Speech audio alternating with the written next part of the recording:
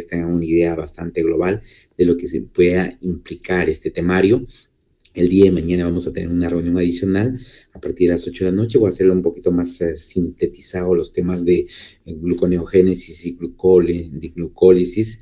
Y además de eso, también me han indicado hablarles un poquito sobre fibras alimentarias. Entonces vamos a consolidar un poquito los tres temas, pero hoy día nos vamos a dedicar básicamente a hablar sobre fosforilación oxidativa, cadena transportadora de electrones y fosforilación oxidativa. Vamos a hacer hincapié en algunos detalles que son relevantes, donde ustedes deben tener conocimiento en relación al tema, y obviamente minutos finales daremos un espacio para que cada uno de ustedes exteriorice algunas dudas o algunos inconvenientes que puedan haber tenido en relación al tema.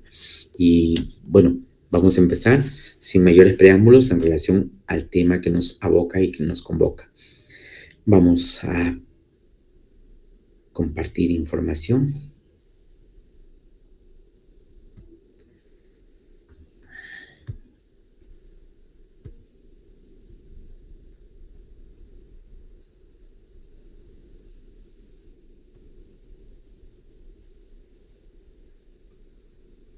Bien.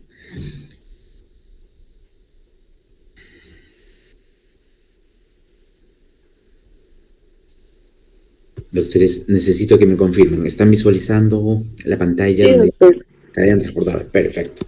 Entonces vamos a empezar, doctores, el tema de cadena transportadora de electrones y fosforilación oxidativa, empezando con el proceso de definición.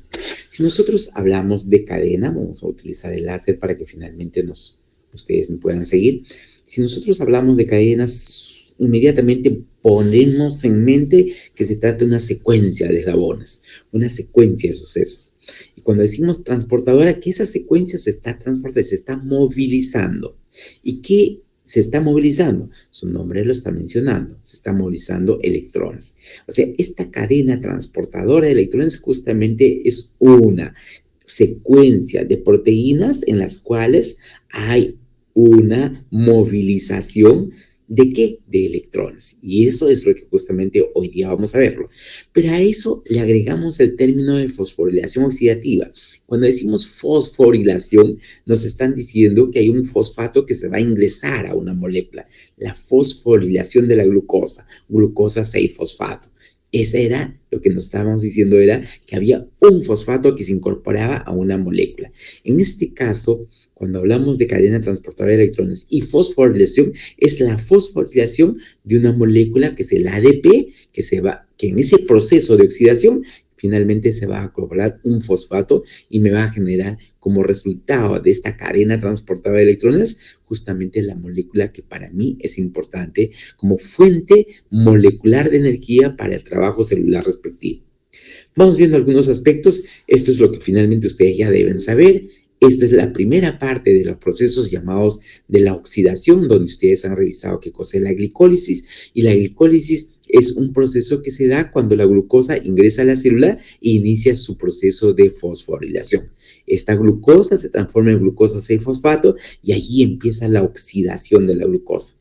Pero aquí se incorporó ya un fosfato y se incorporó con gasto de energía y una liberación de consumo de energía por ruptura del ATP en presencia de exogenasa, glucoxinasa, dependiendo de la célula donde estemos hablando, y como un factor adicional el magnesio que interviene en el proceso. Pasa una serie de eventos, de reacciones, donde a todo eso se le llama glicólisis hasta llegar a formar piruvato. Y aquí lo interesante de todo esto, doctores, es llegamos a formar una molécula intermediaria para muchas secuencias reactivas. El acetilcoenzima A, esto ingresa al ciclo de Krebs y en el ciclo de Krebs se van formando también aceptores moleculares para transportar hidrogeniones y electrones. Esos aceptores son estas moléculas que ustedes ya los conocen, que es el NAD reducido, el FAD reducido, que son justamente moléculas que van a acarrear hidrogeniones para que más adelante en la cadena transportadora de electrones otorguen esos hidrogeniones que han sido incorporados y se inicie la cadena transportadora. Y ustedes están viendo, este es un segundo estadio que está ocurriendo, ¿dónde? dentro de la matriz de la mitocondria. Y vamos separando por momentos. La glicólisis está ocurriendo en el citoplasma. Esta reacción enzimática que ocurre en el llamado ciclo de Krebs está ocurriendo ¿dónde? En la matriz mitocondrial. Mientras esta secuencia, que es el estadio 3, es la transferencia de electrones y la fosforilación oxidativa, o también la llamada cadena transportadora de electrones. ¿Esto dónde está ocurriendo? En la cresta de la membrana mitocondrial interna. Esto está ocurriendo allí. El propósito de toda esta secuencia que hemos visto desde probablemente semanas atrás es producir esta molécula y además de eso generar molécula de agua metabólica, porque decíamos que el oxígeno es el último aceptor de electrones, y al ser el último aceptor de electrones más los hidrogeniones con los cuales se une, forma la molécula de agua. Todo este proceso, los primeros ya lo han visto, esto también lo han visto. Ahora lo que nos vamos a un poquito detener es en esta tercera parte, que es justamente la cadena transportadora de electrones. Entonces, sigamos esta secuencia y yo hago hincapié y me pongo a remarcar en algunos detalles. Todos los productos que yo consumo, las macromoléculas, tienen un propósito: generar ATP y agua molecular dentro del proceso que se llama respiración celular. El oxígeno va a llegar hasta la célula y solamente va a llegar y va a ocurrir ese proceso de respiración celular con consumo de oxígeno solamente en las células que tienen mitocondria. En aquellas células que no tienen mitocondria, eso no va a ocurrir. Ejemplo, el glóbulo rojo. El glóbulo rojo, el hematía, el eritrocito, esa célula transporta muchísimo de oxígeno gracias a su hemoglobina que tiene dentro de su estructura, pero no consume nada de oxígeno. ¿Ya? Y como no consume nada de oxígeno, esa célula solamente tiene la posibilidad de utilizar el ATP que se formó en la glicólisis y nada más. Pero las demás células que tienen mitocondria, ellos van a llegar necesariamente a consumir ese oxígeno, y toda esa cadena de secuencias y el transporte de electrones va a ocurrir justamente en la mitocondria. Entonces resulta siendo importante recordar que estas grandes macromoléculas necesitan de estos cofactores enzimáticos como el NAT oxidado, el FAT oxidado, generar moléculas reducidas, y estas moléculas reducidas pasar a la cadena transportadora de electrones para que finalmente se generen estas moléculas finales, que es el ATP como molécula de alta energía.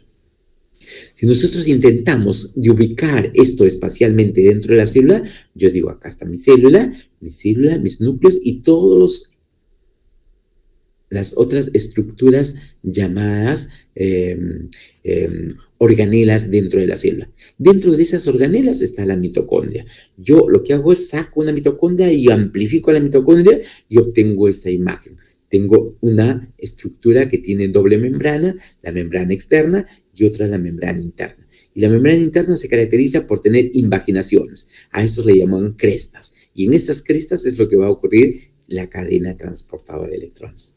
Ya estoy ubicándome en qué lugar de la estructura de la célula va este mecanismo llamado cadena transportadora de electrones. Si yo sigo esta secuencia, voy a ver varios complejos enzimáticos, donde en ese lugar que acabamos de mencionar, en la zona donde está ocurriendo la secuencia de transportes de electrones. Entonces, esta zona voy a tener que hay varios complejos que están acompañando. Estos complejos enzimáticos son complejos asociados a proteínas, el complejo 1, complejo 2, el complejo 3 y el complejo 4, y algunos textos lo van a incluir al complejo 5 como si fuera un complejo más de esta cadena transportadora de electrones. Pero no nos olvidemos que el transporte de electrones llega hasta acá. Lo que antes le llamaba complejo 5 realmente es la enzima de la ATP sintasa. Esa es una enzima que hablaremos sus particularidades para que ustedes vean cuánto de importancia tiene en esta enzima, sus características y sus subunidades que lo constituyen. Pero viendo aquí De repente, y deteniéndonos un poquito para entender el escenario de esto, ¿qué cosa hemos hecho? Estamos sacando un fragmento de esa membrana interna. Y esto de acá lo hemos amplificado, y esta es la amplificación, y en esta estructura yo veo que existen varios grupos proteínicos, varias estructuras proteínicas que le llaman complejos. El complejo 1, 2, 3 y 4, que son los reconocidos. Aquí resulta siendo interesante recordar que la mitocondria, doctores, recuerdan que la mitocondria es casi decir, es la única organela que tiene ADN. Y como es la única organela que tiene ADN en las células, en este caso animales, porque en las células vegetales también el cloroplasto tiene ADN, pero en este caso nosotros solamente vamos a tenerlo en las mitocondrias. En estas mitocondrias yo tengo ADN. Ese ADN me codifica información de este grupo de complejos, del complejo 1, del complejo 3 y del complejo 4, pero no me codifica información del complejo 2. Eso me está diciendo que la información del complejo 2 está en el ADN de la célula, en el ADN del núcleo de la célula y no en el núcleo de la mitocondria. Pero resulta siendo importante esta secuencia porque yo debo recordar que estos complejos se llaman complejos porque están asociados a varios diferentes sustratos que forman parte de ellos. Uno es una enzima que es la NAT reducida deshidrogenasa. Esto forma parte del complejo 1, pero también aquí hay otros componentes más, como los complejos asociados a azufre y fierro, que es otra parte de la estructura que forma estas partes de los complejos, y eso se va a reproducir en el complejo 2 y se va a reproducir en el complejo 3, ¿no? Estos complejos de azufre con fierro son parte de estos componentes. Y al final vamos viendo algunas características de cada uno de ellos. El complejo 2 está asociado a otra enzima que es el succinato de deshidrogenasa. El complejo 3 está asociado a los citocromos BC1 y el complejo 4 está asociado al citocromo C, que va a tener los citocromos A y los citocromos. Aquí en algunos textos ustedes lo van a encontrar como citocromo A1 más citocromo A3. Algunos solamente lo consideran como A, pero estos son los citocromos que constituyen parte del complejo 4. Aquí lo interesante de esto es que la cadena transportadora de electrones se dice transportadora porque cuando ocurre la dación de electrones que viene desde el NAT reducido a este complejo, y esto está asociado justamente a un grupo de proteínas que van a tener esta particularidad de acoplarse a estos electrones, pero viene un detalle bien importante. Cuando yo tengo la opción de que estoy recopilando electrones partiendo de esta molécula NAT reducido, este complejo 1 lleva esos electrones a la coenzima Q, o también llamando ubiquinina, y pasa de frente al complejo 3. No pasa al complejo 2. El complejo 2 empieza con la aceptación de los electrones y la reducción del FAD reducido. Aquí empieza. Pero este FAD reducido que inició su proceso de transporte de electrones en el complejo 2 ya no migra al complejo 1, sino va de frente a la coenzima Q10 y de allí pasa al complejo 3. Del complejo 3, en ambos casos, tanto si iniciándose en el NAT reducido o iniciándose en el FAD reducido, ambos pasan sus electrones al complejo 4. Y en el complejo 4 es donde finalmente se acopla aquí a una molécula de oxígeno para formar la molécula de agua. Esto es la forma como se generan estos eventos en relación al transporte de hidrogeniones en complejos proteínicos que están asociados a la cadena transportadora de electrones y que están en la membrana interna de la mitocondria. Vamos a ver algunas descripciones en relación a esta Y decíamos que la vía final de las células eucarióticas que utilizan oxígeno son células totalmente aeróbicas. Y decimos células aeróbicas porque van a consumir oxígeno como parte importante de su metabolismo. Y hemos dicho que las células aeróbicas son las únicas que tienen mitocondria. Por consiguiente, estos electrones finales van a ser transferidos al oxígeno. Estos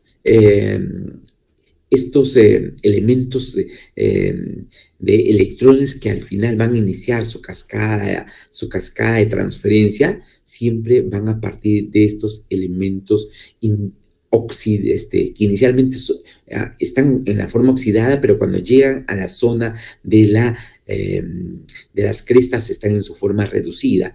Ustedes recuerdan que por el asunto de la glicólisis se forman dos NAT reducidos, pero también se forman dentro de la secuencia del ciclo de Krebs. En total se están formando 8 NAT reducidos. Por consiguiente, en toda la cascada de reacciones enzimáticas se han formado 10 NAT reducidos y se forman 2 moléculas del FAD. Todo eso de allá, cuando hacemos la secuencia, cada molécula reducida que finalmente ha cedido sus electrones, ya ha cedido sus proteínas a esta secuencia de transporte de electrones, vamos a ir haciendo el balance cuánto de ATP nos genera cada una de estas moléculas, siguiendo las enseñanzas clásicas y algunas actualizaciones en relación a estas mismas moléculas. Esto solamente es posible gracias a que existen estas enzimas llamadas enzimas de oxidorreducción, y lo vamos a ir nombrando a medida que vamos avanzando. El propósito es generar moléculas por acoplamiento de fosfato al ADP y generar las moléculas de ATP. Si nosotros vemos cómo van ocurriendo esto, vamos viendo que los protones van a existir tanto en el citosol como en el espacio intermembranal. En el citosol, porque hemos visto que, recuerden, ¿dónde ocurre el ciclo de Krebs? El ciclo de Krebs ocurre en el citosol, donde se están formando las 8 moléculas del NAT reducido. Están formando en la matriz de la mitocondria. En la matriz de la mitocondria. Y hay 2 moléculas del NAT que se produjeron en la glicólisis, pero la glicólisis no ocurre dentro de la mitocondria, sino ocurre fuera de la mitocondria. Por consiguiente, ese NAT que está fuera de la mitocondria se va a tener un comportamiento diferente al NAT reducido que se está produciendo dentro de la matriz mitocondrial. Por consiguiente, si estamos recordando que los NAT reducidos que se han producido en el ciclo de Krebs están en la matriz, y la matriz está en mucha conexión ¿con quién? Con la cresta mitocondrial, ¿no? Porque allí están los complejos enzimáticos de la cadena transportadora de electrones. Y como decíamos, necesitamos de una enzima. Esta enzima se llama ATP sintasa, no confundir con una ATP sintetasa, que son enzimas que tienen un sentido diferencial. En este caso es la ATP sintasa, que me va a permitir acoplar el ADP y el fósforo inorgánico y generarme el ATP. Eso es lo que me va a proporcionar esta cascada de reacciones. Este ATP que ha sido generada en la matriz mitocondrial va a tener la posibilidad de generar este proceso de intercambio por un sistema llamado el sistema antiport. Ya hemos recordado, ustedes recuerdan muy bien, que las membranas celulares van a tener un sistema de transporte en una direccionalidad, en direccionalidades opuestas, pero con sentidos iguales, o en direcciones opuestas, pero que finalmente están llevando sustancias de un extremo a otro extremo de manera viceversa. Entonces, cuando vemos esto, vamos viendo algunos otros importantes moléculas que intervienen en este proceso. Decíamos el NAT. Este es el NAT reducido. Y acá también tengo el FAT reducido. El NAT reducido, recuerden, se forma el NAT más un hidrógeno adicional. Acá no se está especificando eso. Y acá sí tengo el FAT con 2 hidrógenos asociados. Este NAT va a derivar de muchas actividades enzimáticas que se han generado y en el proceso donde ha habido participación de los NAT oxidados, como en la formación del isocitrato, el alfa-cetoglutarato, el malato deshidrogenasas dentro del ciclo de Krebs, la pirulato deshidrogenasa. Todos estos eventos finalmente me están generando NAT reducidos, incluyendo las actividades que se generan en la beta-oxidación, que ustedes ya lo conocen. El FAT también tiene sus orígenes por acciones enzimáticas en determinadas deshidrogenasas ligadas al FAT, como cuáles: el succinato de deshidrogenasa dentro del ciclo de Krebs, el alfa-glicerolfosfato deshidrogenasa, como el mecanismo de las lanzaderas. Tenemos también el acilcoenzima deshidrogenasa en la beta-oxidación. Entonces, son moléculas que se van a formar en diferentes procesos, ¿no? Dentro del ciclo de Krebs, en la beta-oxidación, en caso del FAT también, en los mecanismos asociados al ciclo de Krebs, a las lanzaderas o, en su defecto, a la beta-oxidación. Tengo los lugares donde se están produciendo estos NAT. Y esto es importante porque me permite a mí, de todas maneras, establecer dónde estoy generando este tipo de moléculas. Aquí, de una manera esquemática, un poquito que me han movido estos diapositivas, pero observo que aquí también justamente lugares donde se produce NAT reducido, cuando hay eventos asociados a estas moléculas. Aquí se están generando estas moléculas. Estas moléculas finalmente van a pasar a un proceso donde en el complejo enzimático 1 va a iniciar la cadena transportadora de electrones y va a pasar a otro complejo enzimático donde también voy a tener algunos factores que me van a suprimir esta actividad de los complejos enzimáticos iniciales. Tengo la rotenona, que es un bloqueador, los barbitúricos como el alotano, que es otro bloqueador, un antibiótico que también funciona como bloqueador. También el complejo 4 va a tener sus propios bloqueadores, como los cianuros, el monóxido de carbono, que son sustancias que van a impedir que se continúe con el transporte de cadena del transporte de electrones. Y el complejo 4 es un poquito complicado porque si el complejo 4 se bloquea allí, de ahí ya no hay forma de que los electrones pasen al oxígeno. Y si no pasan al oxígeno, no se forma agua molecular. El oxígeno no se consume y finalmente no se produce fuente de energía. Todo eso se va afectando cuando yo tengo algún factor que me bloquea, por ejemplo, el complejo 4.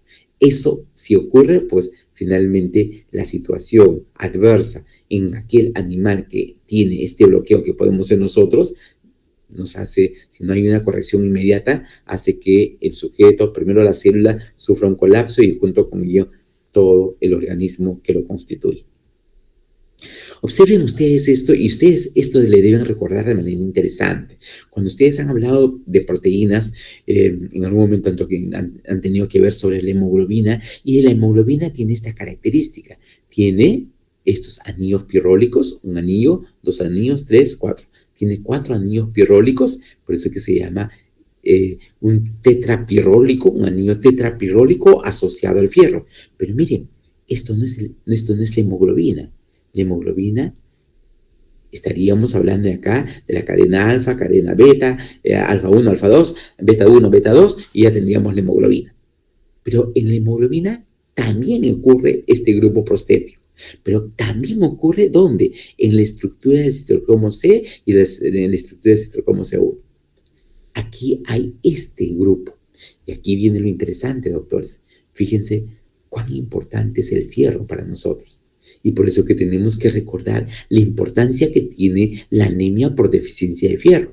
Si yo tengo deficiencia de fierro, también voy a tener deficiencia en la formación de estos núcleos, que son núcleos prostéticos, que se acoplan a la proteína, pero que funcionalmente me permiten desarrollar esa cadena transportadora de electrones. Si yo tengo esto en menor cuantía, pues obviamente debo tener menor posibilidad de generar ese transporte de electrones. Por consiguiente, mi capacidad de producir ATP es menos, mi capacidad de formar agua molecular es menos. Yo puedo tener un buen pulmón que está oxigenando, pero el solo hecho de tener menos cantidad de esta nucleoproteína, voy a tener que mi capacidad para consumo de oxígeno está disminuido. Por eso que la importancia que tiene el fierro dentro de la estructura también de otras moléculas diferentes a quién, a la hemoglobina, ¿no? Esta es una molécula asociada a una proteína que finalmente está formando un rol muy importante en el transporte de electrones que me está permitiendo formar fuente de energía y tener la posibilidad de que mi célula utilice ese ATP para diversas funciones. Como por ejemplo, si yo no tengo esto en suficiente cantidad, se forma menos cantidad de ATP, porque el transporte de electrones es más lento y está más disminuido. Es muy natural entenderlo eso. Y si tengo eso, como resultado voy a tener menos cantidad de ATP. Entonces, ustedes me están escuchando. Sí, pues, pero para que ustedes me puedan escuchar, necesitan de todas maneras que su sistema de receptor auditivo esté en condiciones adecuadas. Eso quiere decir que la polarización y despolarización de sus neuronas axonales tiene que estar de todas maneras en actividades óptimas para que llevar el mensaje sonoro a través de su nervio auditivo, el octavo par craneal, y lleve a las zonas corticales para que ustedes elaboren una información. ¿Pero eso qué significa? ATP, gasto de energía. Eso significa despolarización, repolarización. Eso significa que ustedes deben tener una suficiente cantidad de fuente de ATP para que esa célula cumpla esa función. Porque la polarización, recuerden ustedes, está asociada al ingreso de sodio y salida de potasio.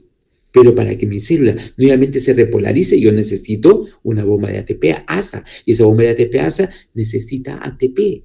Entonces, lo que estamos hablando aquí tiene mucha relación con las cosas que ya hemos mencionado. Por consiguiente, miren la importancia que puede tener el fierro en este proceso de generar función para yo tener esa reserva y que esa reserva me permita hacer otras funciones, función de concentrarme, de estar alerta frente a una necesidad de estímulo.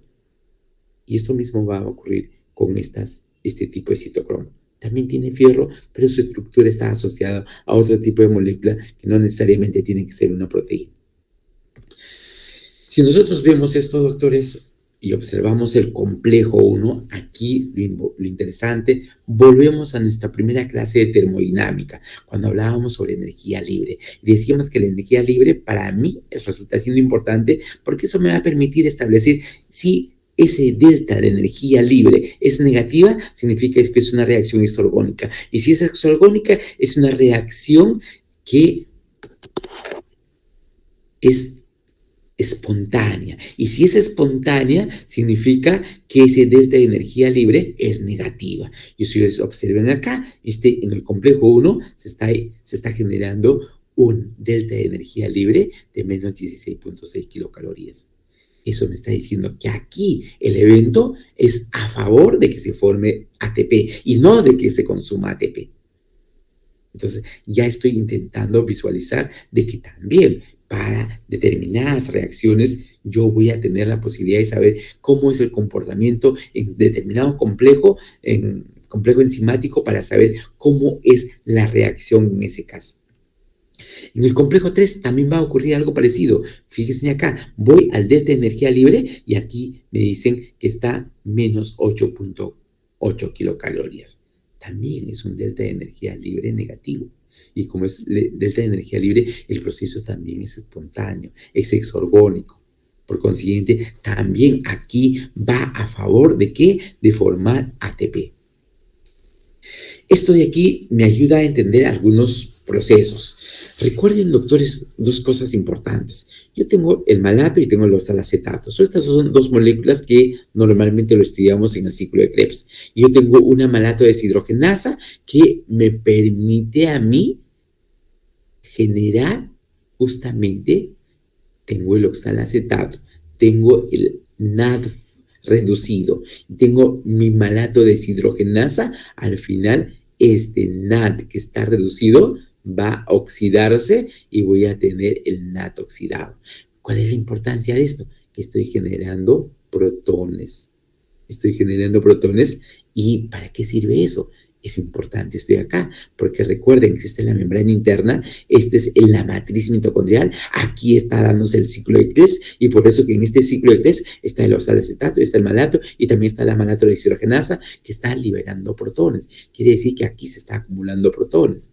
Y es importante eso, ¿por qué? Porque de aquí, a través de los complejos, vamos a enviar protones, ¿a dónde? Al espacio intermembranal, ¿no? ¿Y para qué? Para generar una gradiente electroquímica alta. ¿Por qué? Porque cuando voy a hablar del complejo 5 o voy a hablar del ATP sintasa, aquí debe existir una alta gradiente electroquímica. ¿Para qué? Para que esa enzima llamada ATP sintasa me pueda generar ATP. ¿Pero dónde se está generando inicialmente? En estos acúmulos de hidrogeniones.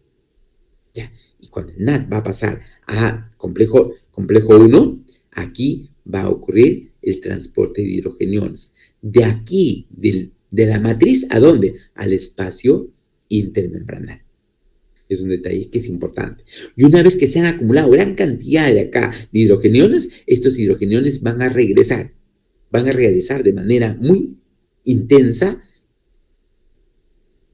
justamente para que esta enzima ATP sintasa pueda unir este fósforo inorgánico con el ADP y me genere el ATP. ¿Ya? Esa es una cosa que es importantísima. Y aquí, justamente, esto es lo que les decía. Una vez que se formó el ATP, este ATP sale de la célula por un mecanismo de antiport. Por un lado, ingresa el ADP y por el otro lado está saliendo el ATP. Recuerden, doctores, que esta membrana, porque aquí hay una membrana mitocondrial externa, esta membrana mitocondrial externa es altamente permeable para muchas sustancias, incluyendo el ATP. ¿Ya?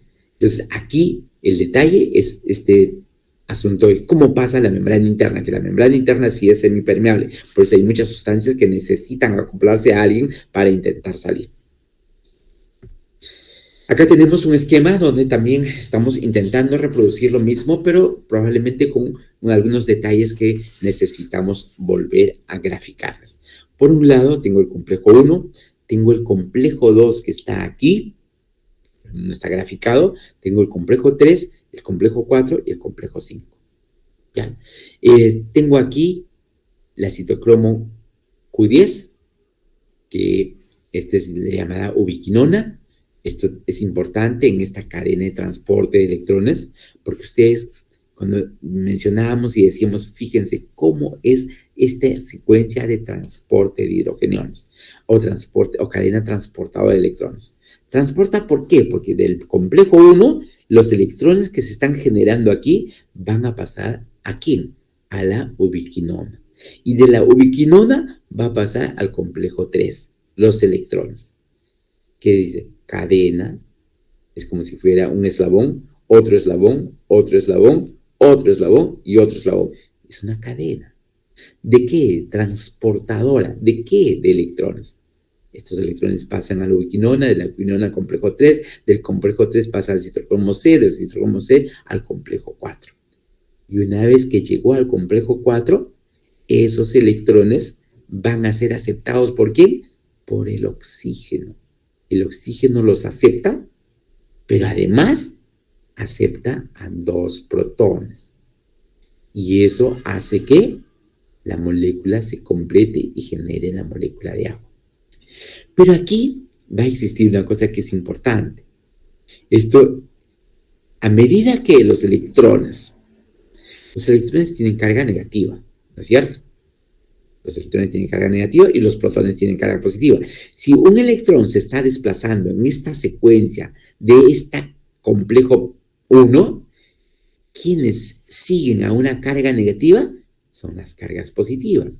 De tal forma que estas cargas de hidrogeniones que tienen carga positiva van a ser relativamente arrastradas a esta secuencia de complejos, pero que estas finalmente van a ser deslizadas al espacio intermembranal. Mientras que los electrones pasan de cadena en cadena, estos se fueron todos hacia el espacio intermembranal. Y aquí empieza a cargarse de manera importante la cantidad de hidrogeniones. Del complejo 1 pasan, del complejo 3 pasan, del complejo 4 pasan, y aquí se carga gran cantidad de hidrogeniones. Estos hidrogeniones van a regresar utilizando esta enzima. Esta enzima justamente es la ATP sintasa. Esta ATP sintasa tiene dos fracciones, la fracción F0 y tiene la fracción F1. Esta fracción F0 está en el espesor de la membrana mitocondrial y esta fracción F1 está dentro de la matriz mitocondrial. El influjo de protones que viene del espacio intermembranal, porque aquí abunda, se ha hecho tan abundante porque los complejos han permitido que ingresen de manera importante, esto de aquí va a generar un mecanismo de ingreso brusco, acelerado, y va a movilizar los componentes que tiene esta estructura llamada F1, que tiene varias cadenas, alfa, beta, delta, incluyendo la gamma, ¿no? Y eso va a funcionar como si fuera una especie de molino que va a generar cambios donde va a acoplar al ADP, al fósforo inorgánico, para formar 3 ATP. Aquí ya le pusieron la cantidad. Y luego vamos a ver cómo esto no es del todo real, pero que la explicación clásica nos dice que el NAD me genera 3 ATP y el FAD me genera 2 ATP. Pero eso es lo clásico en relación a la forma como nos han venido ilustrando. Vamos a ver en un esquema que esto un poco se diferencia de la escuela actualizada en relación a cuánto es el porcentaje de ATP que se está generando. Esto es otro esquema donde me intenta reproducir lo mismo. Donde tenemos aquí, esto de acá es el citosol, o en todo caso el citoplasma. Todo esto es la estructura de la mitocondria. Esta es su membrana externa, el espacio intermembranal. Aquí tengo la membrana interna y esto sería la matriz de la mitocondria. Aquí es donde ocurre el ciclo de Krebs. Y como ocurre el ciclo de Krebs aquí se están formando los NAD. Estos NAD inician su participación en los complejos 1, en los complejos 3, complejo 4, ¿no?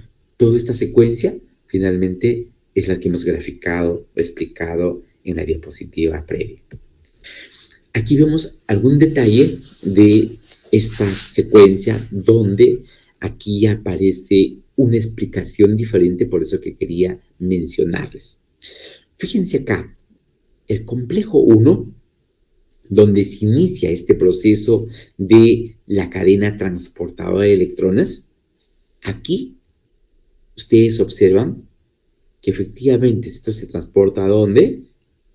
A la ubiquinona, ¿no? O citocromo Q10, y de ahí pasa al complejo 3, y de ahí pasa al citocromo C, y de ahí pasa al complejo 4. Y finalmente, el oxígeno acepta electrones más hidrógeno y tengo la molécula de agua. Pero aquí viene lo interesante. Aquí se ha podido establecer de por cada NAD que ingresa al complejo 1, se están exportando 4 hidrógenos o 4 protones. ¿Ya? Si el complejo 1 me genera 4. Me voy al complejo 3 y el complejo 3 también me genera 4. Y en el complejo 4, la pregunta es, ¿y por qué me genera 2?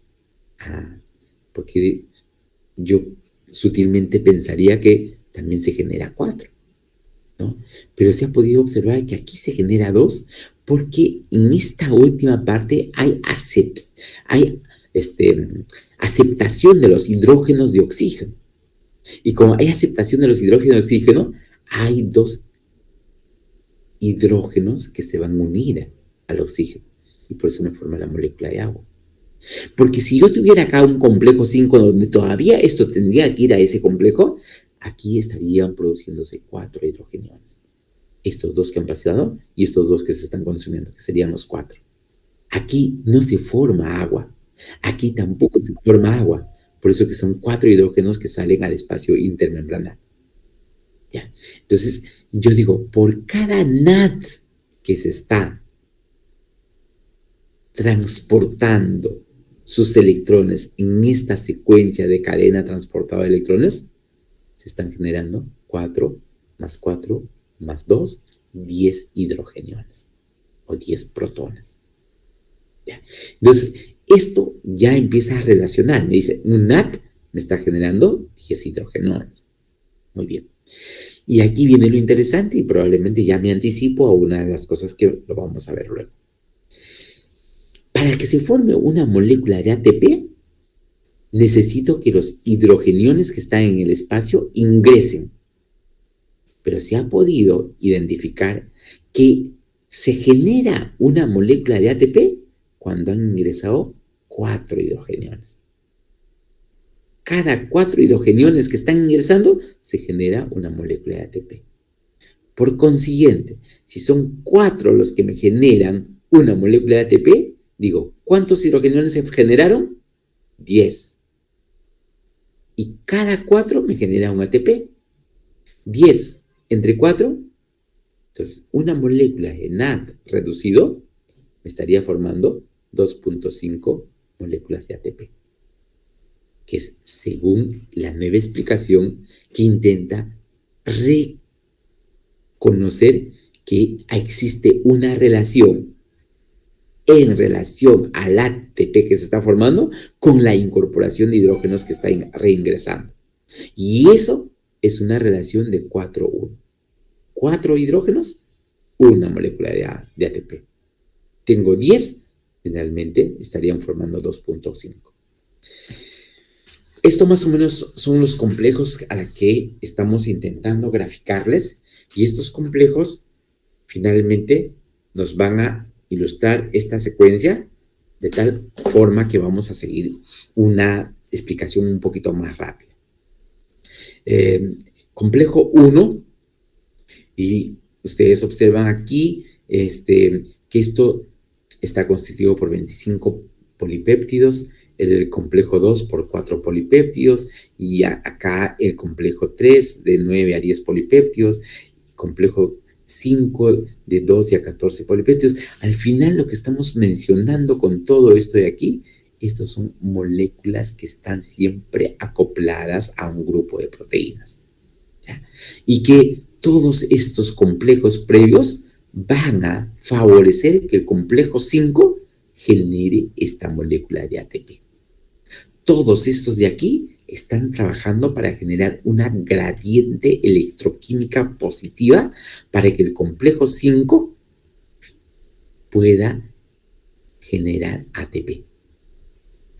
Y también para que se consuma el oxígeno que llegó dentro de la célula. Y ese consumo de oxígeno significa formar agua molecular. Entonces, hay diferentes formas que intentan explicar estos mecanismos de transporte de electrones, ¿no? Hay muchos estudios que están intentando asociar a complejos isopotenciales. Hay transporte de electrones que, por otro lado, no modifica de manera ostensible este potencial redox del complejo en su conjunto. Y también vamos a ir notando que existe una importante asociación entre la distancia de los transportadores y su posibilidad de ingresar a esta cadena de transportadores. No nos olvidemos, doctores, que estamos hablando de moléculas muy pequeñitas. Entonces, en esta imagen que nosotros intentamos reproducirlo, lo vemos inmensamente grandes, que tienen relativa conexión, pero esa conexión, si nosotros lo pasamos a situación real, estamos hablando de unas distancias muy, muy pequeñas donde debe ocurrir este flujo continuo de electrones. Entonces, tiene que haber un espacio muy cercano para que este flujo sea continuo en estos electrones. Lo que no se tiene con claridad es cómo es la forma precisa que ocurre esta transferencia de electrones entre un sitio activo y el otro sitio. Es decir, del complejo 1 para que pase a la ubiquinona, cómo es este mecanismo aún todavía sigue siendo motivo de estudio, pero se sospecha de que debe haber algo que finalmente entre moléculas debe existir una especie de atracción en alguna parte de la estructura de la molécula que favorece el concurso y la posibilidad de que pase de una zona a la otra. ¿Y por qué diríamos, carambas, en esas moléculas que hay tanta cantidad, por qué esos electrones no se van igual a la membrana, al espacio intermembranar? ¿No? Porque se supone que hay una carga positiva con carga negativa, sería mucho más fácil de existir esa atracción electroquímica, ¿no? Cargas compuestas se atraen, pero no ocurre eso. Es porque en estas moléculas debe existir, como en las enzimas, que ustedes han estudiado, lo que se llama el sitio catalítico, el punto de conexión, el punto donde finalmente ocurre la separación de una molécula que yo enzimáticamente estoy induciendo. Algo parecido debe existir en esta secuencia de cadenas de transportadores de electrones. Bien, entonces vamos a ir viendo de que efectivamente también existen inhibidores específicos en esta cadena de transportadores que finalmente van a suprimir esta secuencia de transporte. Hemos mencionado la retonona, hemos mencionado al barbitúrico, el monóxido de carbono, hemos mencionado al antibiótico, al cianuro, al sulfuro, que son sustancias que van a suprimir en una parte de los complejos enzimáticos esa posibilidad de seguir transfiriendo electrones. Y hemos mencionado que es muy complicado cuando eso ocurre en el complejo 4. Porque allí se suprime y al ser suprimido allí ya tengo la imposibilidad de que el electrón finalmente se acople con el oxígeno. Y si no se acopla, no hay forma que el oxígeno se consuma. Y si no hay forma que el oxígeno se consuma, significa que no se está formando el agua molecular y toda esa cascada de transporte se ve interrumpida. Hemos mencionado que esto solamente es posible ¿dónde? En células aeróbicas. Las células anaeróbicas no tienen esta capacidad, ¿ya? Y cuando en la mitocondria desacoplada, esa energía libre va a transportarse o va a liberarse en forma de calor. Y esto es una cosa que es importante. Por eso que nosotros somos animales isotérmicos, porque también nuestra temperatura tiene que mantenerse en una constante. Estemos en un sitio muy frío o estemos en un sitio muy caliente, pero nuestra temperatura no se adapta al medio externo. Nosotros somos isotérmicos y nuestra temperatura se mantiene y nuestras células funcionan en razón de que mi temperatura está bordeando siempre los 37 grados promedio. Entonces, si yo empiezo a enfriarme, mis células pierden funcionabilidad. Y si empiezo a calentarme, también mis células pierden funcionabilidad. Por eso que las fiebres son muy negativas y se mantienen en el tiempo. Al igual que las etapas de enfriamiento son muy negativas y se mantienen en el tiempo. En algún momento les conté sobre el Titanic. Las personas que murieron o naufragaron en el Titanic y estuvieron vivos unos minutos, se murieron porque finalmente su temperatura decreció. No se ahogaron, sino su temperatura decreció. Y como decreció y las aguas en esa hora y en un espacio abierto y en la medianoche, pues esa agua tranquilamente estaría a 10, 20 grados bajo cero, ¿no? Entonces, todo el calor de la persona finalmente se transfiere al agua. ¿Y eso qué quiere decir? Su temperatura empieza a caer, y una de las células, cada vez que baja la temperatura, pierde función y la función de las células se afecta por completo, pierde funcionabilidad del órgano y la estructura total. Eso pasa cuando no hay una forma de conservar el calor. Siempre hay una relación que es importante en relación a fosfato y oxígeno, en relación al ADP y oxígeno. Por eso que se habla que el número de moles de ATP está un poquito relacionado a la asociación del número de oxígeno, del número de moles utilizados o consumidos de oxígeno. Esto me dice cuánto está la actividad metabólica de la persona. Si yo estoy consumiendo mucho oxígeno, significa que yo necesito mayor cantidad porque mi cuerpo está trabajando más, significa que necesito más ATP, significa que estoy gastando mucho más ATP, necesito producir más ATP, pero para yo producir más ATP necesito consumir más oxígeno. El oxígeno que llega a la célula tiene que de todas maneras recepcionar más electrones, se estará formando más agua molecular, pero lo que me está diciendo es hay una relación de ATP y oxígeno. Más ATP, más oxígeno que se está consumiendo. Y aquí es la relación que inicialmente se da, ¿no? De la molécula, una molécula del NAT que ingresa a la cadena transportadora, se nos decía por los estudios clásicos que me generaba 3 moléculas de ATP, porque antes se pensaba que se generaba dos hidrogenones y 2 hidrogenones eran suficientes para formar una molécula de ATP, pero no es el caso. Y lo mismo ocurría con el FAT me decían que se generaba 2 ATP y eso tampoco no es cierto. Entonces, aquí los desacopladores en relación a este proceso de fosforilación oxidativa vamos a estar asociados a eventos como el dicumarol, que es una sustancia que tiene que ver con los mecanismos de anticoagulación, pero de todas maneras son sustancias que participan en estos procesos de desacopladores de la fosforilación oxidativa. Pero también va a haber inhibidores de la fosforilación. Uno de ellos es la oligomicina, que es un antibiótico, ¿no? Hay otros como inhibidores del transportador de ATP-ADP. Tenemos el atractilócido, que son moléculas que están de alguna forma interfiriendo el proceso del transportador de ATP, interfiriendo la fosforilación, interfiriendo los procesos de desacoplación, todos estos asociados a un grupo de moléculas.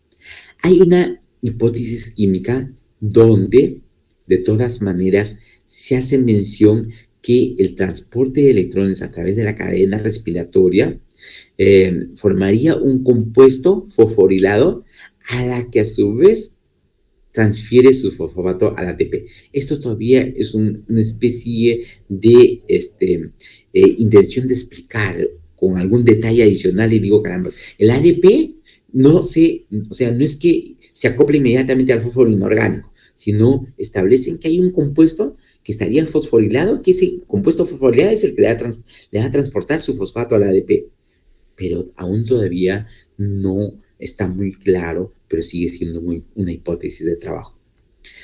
Hay la hipótesis conformacional donde se postula que los cambios de la arquitectura en relación a los componentes de la cadena transportadora de electrones, estos cambios conformacionales representaría el estado que va a permitir alta energía para que el proceso se asocie al evento de fosforilación oxidativa.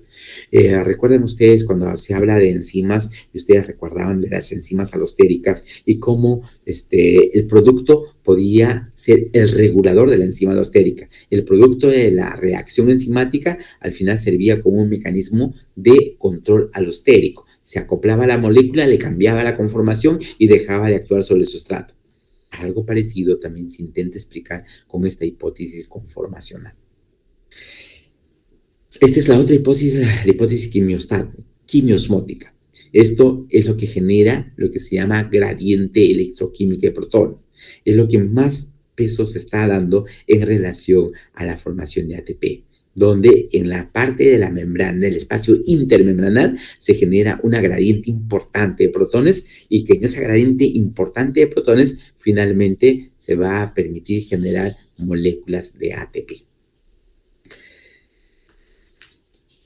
Esto más o menos para tener una noción en relación, yo tengo glucosa, estoy formando el lactato, muy bien, esto de aquí es glicólisis, y ustedes recuerdan, la glicólisis tiene un delta de energía libre negativo, y por eso que es exorgónico, y por eso que es espontáneo, a pesar de que se consume 2 moléculas de ATP en el proceso, pero se forman 4 moléculas de ATP, por eso que esto en cuestiones de eventos de reacciones metabólicas está dentro del grupo de las reacciones exorgónicas.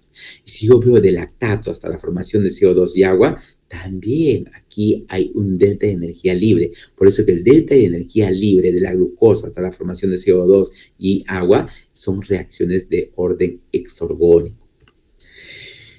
Aquí es un detalle donde tratamos de hacer mención que estos diferentes moléculas que estamos intentando graficarlos tienen todas opciones muy importantes para la constitución de esta molécula de ATP, ¿no?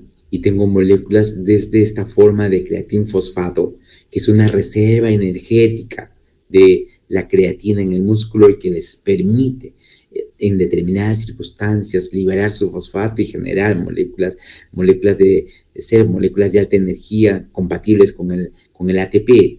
Lo mismo para el fosfonolpirulato, compatibles con fuente de energía de alta energía como el ATP. Todo esto de acá son moléculas que nos permiten a nosotros reconocer que el ATP es indispensable, pero yo tengo otras moléculas, fuentes importantes, que también me pueden generar energía tan semejante o muy parecida, y en algunos casos mayor que el ATP.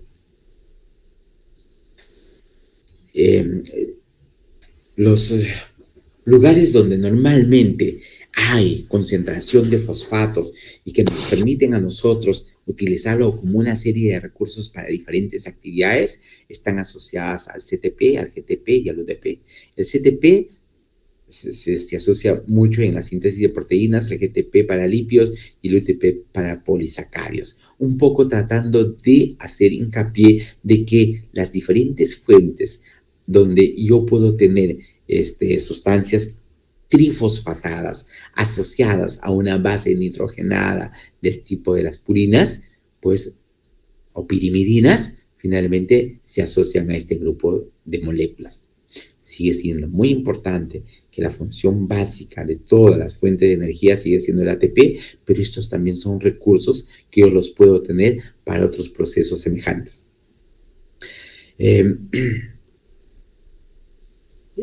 Normalmente, cuando nosotros utilizamos ATP, estamos utilizando de manera importante. Y en algún momento yo le decía, doctores, casi la mitad del ATP que se produce por la oxidación de los alimentos, de todos los alimentos que estamos consumiendo, casi la mitad va a parar, ¿dónde? A las bombas de sodio, potasio, ATPase. Es ahí donde se consume casi la mitad de los ATP que se han formado. ¿Y por qué les digo esto? Porque decíamos, y ustedes lo deben recordar, que esta bomba de sodio, potasio, ATPasa están en todas las células.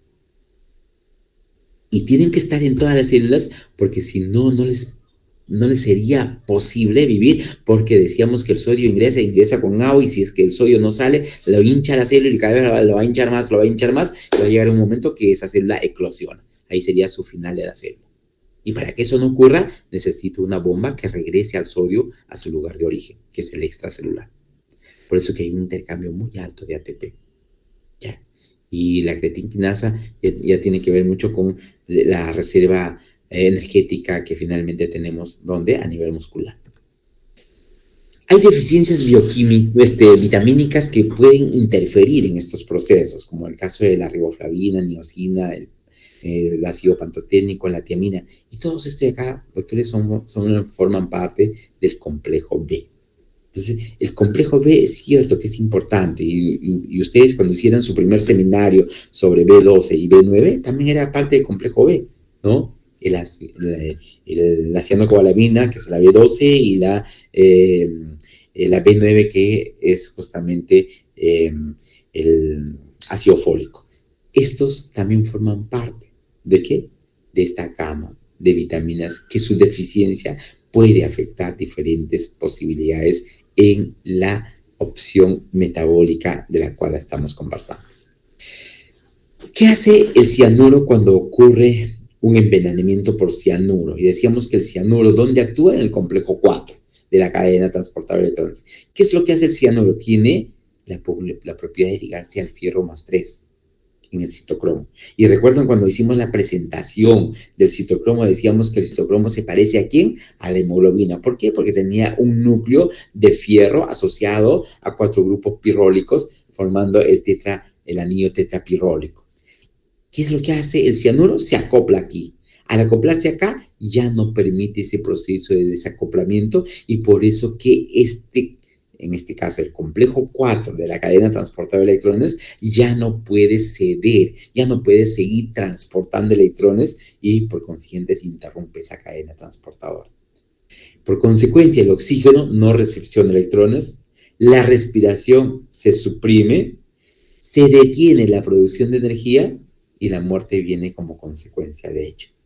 Entonces, las personas, los animales o cualquier animal que consuma cianuro, le va a ocurrir este proceso. El evento, si yo no revierto este proceso, la muerte se viene como consecuencia de ello. La hipertermia maligna, ¿a qué le llamamos hipertermia maligna? Hipertermia significa que tiene la temperatura alta. Temperaturas que están sobrepasando los 40 grados de temperatura. Y eso se ha podido observar justamente con los anestésicos inhalados y que muchas veces han ocurrido en sala de operaciones, utilizando el éter, utilizando el alotano. Esto lo que hace generalmente es en personas sensibles, susceptibles, porque éter y alotano se usan muchas veces y muchas veces no ha ocurrido esto. Pero esta hipertermia maligna se asocia a este uso de anestésicos, como el éter y el alotano. Pero lo que ocurre con este tipo de anestésicos es que va a producir un desacoplamiento de la fosforilación oxidativa del transporte de electrones. Va a impedir que se produzca ese desacoplamiento, con la cual decrece la producción de ATP. Esto finalmente va a ser de alguna forma un factor para que la temperatura se eleve generando calor. Esa energía va a estar bajo la forma de calor.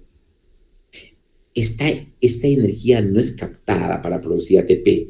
Esta energía se está liberando bajo la forma de calor. Y si se libera bajo la forma de calor, la temperatura corporal en esa persona empieza a subir. 37, 37,5, 38, 38,5, 39, 40. Tranquilamente puede pasar largamente el 40, 41, 42 grados centígrados, ¿no? Esto va a favorecer que se estimule el ciclo de Krebs, va a haber mayor producción de CO2 y esto va a llevar a una acidosis respiratoria. Esto también es un evento de cuidado. Vamos a hablar y rápidamente, porque esta es la segunda parte donde yo necesito que ustedes consoliden los conceptos para que las cosas que estamos mencionando no se disipen con facilidad. Voy a volver a hablar sobre la mitocondria y en esta parte de la mitocondria lo que les quiero explicar es que esta mitocondria tiene una membrana externa y tiene una membrana interna, ¿correcto? Pero además de eso, si ustedes se dan cuenta, también observen aquí hay ribosomas, sorprendentemente, pero no les debe sorprender. ¿Por qué? Porque aquí hay ADN. Y mi ADN de la mitocondria, produce información genética. ¿Para qué? Para formar proteínas de mi cadena transportadora de electrones. Pero ¿quién se encarga de formar eso? Justamente las ribosomas, que son las organelas especializadas para formar proteínas. Entonces, dentro de la mitocondria, tiene que haber ribosomas para descifrar la información que está guardada en el ADN de la mitocondria. Por consiguiente, no les extrañe que en este gráfico esté los ribosomas, ¿ya? Los ribosomas fundamentalmente están en el citoplasma, sí, pues, pero dentro de la mitocondria también hay ribosomas. Entonces, ¿y eso por qué? Porque finalmente tienen ADN, pues, y el ADN tiene que ser traducida la información cada vez que se copia. ¿Y quien lo traduce es justamente el ribosoma? Muy bien, ya tenemos la idea clara de cómo es este asunto relacionado a la estructura de la mitocondria. Aquí también se está graficando a la ATP sintasa con sus fracciones F0, F1, ¿no? Todo esto de acá, estas son las crestas que finalmente ustedes ya lo conocen, de la membrana interna. Vamos a ir viendo algunas de las cosas de manera esquemática. La matriz, la membrana interna, el espacio intermembranal y la membrana externa. Hemos mencionado que esta membrana externa es muy permeable. Aquí es donde se carga de manera importante la cantidad de hidrogeniones que vienen de donde, de la cresta interna. De la cresta interna van a llevar hasta esta zona. En la matriz hemos mencionado que ocurre el ciclo de Krebs, también la beta oxidación. Entonces vamos viendo la energía de las reacciones. Los compuestos que ceden electrones son llamados agentes reductores, eso ustedes ya lo conocen. Los compuestos que ganan electrones son los agentes oxidantes, eso también ustedes. Estos conceptos ustedes ya lo traen de clases anteriores. Transferencia eléctrica es lo que antes estábamos intentando mencionar cuando existe que estas estructuras de los diferentes moléculas finalmente inician su transporte de electrones. Los electrones tienen carga negativa y los protones tienen carga positiva. A eso es lo que intentamos también referirnos cuando hablamos de transferencia electrónica, ¿no? Cargas que finalmente son desplazadas en la cadena transportadora de electrones, pero por otro lado los protones pasan de un espacio hacia otro espacio.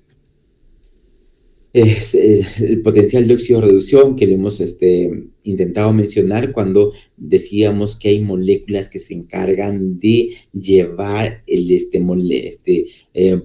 protones de un lugar hacia otro para que eso pase a otro sistema de transportadores de estos electrones, y a eso le decíamos capacidad de la oxidorreducción, de moléculas oxidadas a moléculas reducidas y luego de reducidas a oxidadas. Son eventos que se den. Estos son celdas donde estamos intentando graficar cómo estas sustancias que finalmente son moléculas que van a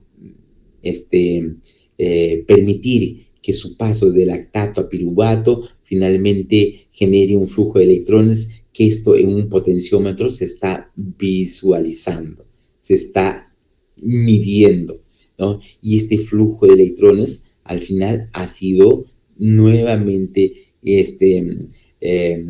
cuantificado en un recipiente distinto.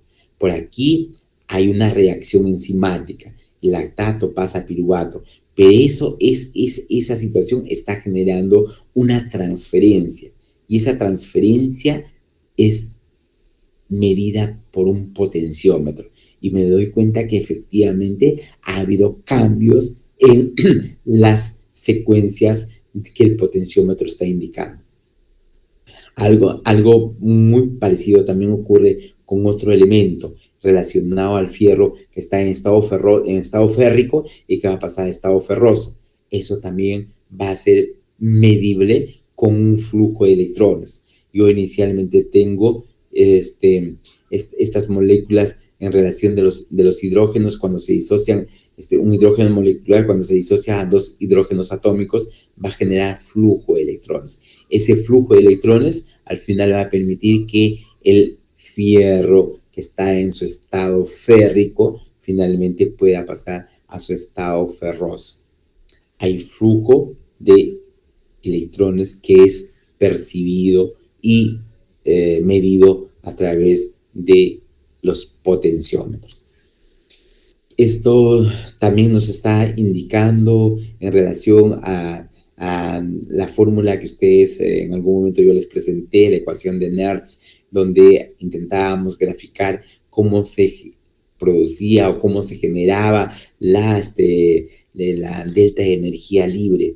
Esta delta de energía libre que nos permitía generar trabajo, y habíamos mencionado que estaba asociado a una determinada variación de la energía, que esto tenía que ser medidos en determinados tipos de presión y temperatura, y solamente para graficar que esto es importante cuando se intenta calcular lo que yo necesito en una determinada reacción química. Y al final vamos viendo que cada uno de los potenciales redox estandarizados ya están bastante reconocidos cuánto es su delta de energía libre en cada uno de ellos. Esto es una reacción también en una molécula súper conocida que hemos estado intentando graficar, que es el NAD reducido, para que finalmente se genere la molécula de agua. También esto es calculado con esta ecuación de NADS. Energía libre para la oxidación. Las mitocondrias se encargan de dosificar esta energía de oxidorreducción que están contenidas en el NAD reducido. Recuerden, doctores, que en algún momento yo les decía, vamos a suponer que alguno de ustedes es un deportista calificado y que va a correr 1000 metros planos. En esa necesidad de hacer una carrera de 1000 metros planos, ustedes utilizan su máxima cantidad de energía a través de la necesidad de contraer y relajar determinados músculos para que la posibilidad de tener la máxima influencia y velocidad sea óptima. Y obviamente allí el NAD, que empieza a liberar sus electrones y luego liberar sus hidrogeniones, ese transporte de electrones me va a mí permitir establecer si lo que yo necesito es ATP o necesito una cosa diferente. En este caso, mi requerimiento sería ATP porque estoy haciendo trabajo. El músculo está trabajando. El músculo necesita contraerse, relajarse de manera rápida, sostenida, porque estoy haciendo mi máximo esfuerzo y necesito ATP. Muy bien. Este NAD que ingresa en un lugar donde yo no estoy haciendo ejercicio, mala suerte, mi carro se malogra justo en Ticlio, en medianoche, 1 de la mañana, no tengo calefacción, me arropo de la mejor forma posible, estoy en una temperatura de 20 grados bajo cero, intento abrigarme de la mejor forma posible y mi cuerpo también necesita generar calor. No va a generar, partiendo de acá, no va a generar este ATP, sino me va a generar energía que va a ser manifestada en forma de calor. Por eso que es importante recordar de que las moléculas de ATP que estamos estudiando, cierto, van a llegar a constituir moléculas equivalentes en ATP, pero en la medida de las necesidades que pueda tener el organismo. En otras circunstancias lo va a hacer en forma de calor, como en el caso de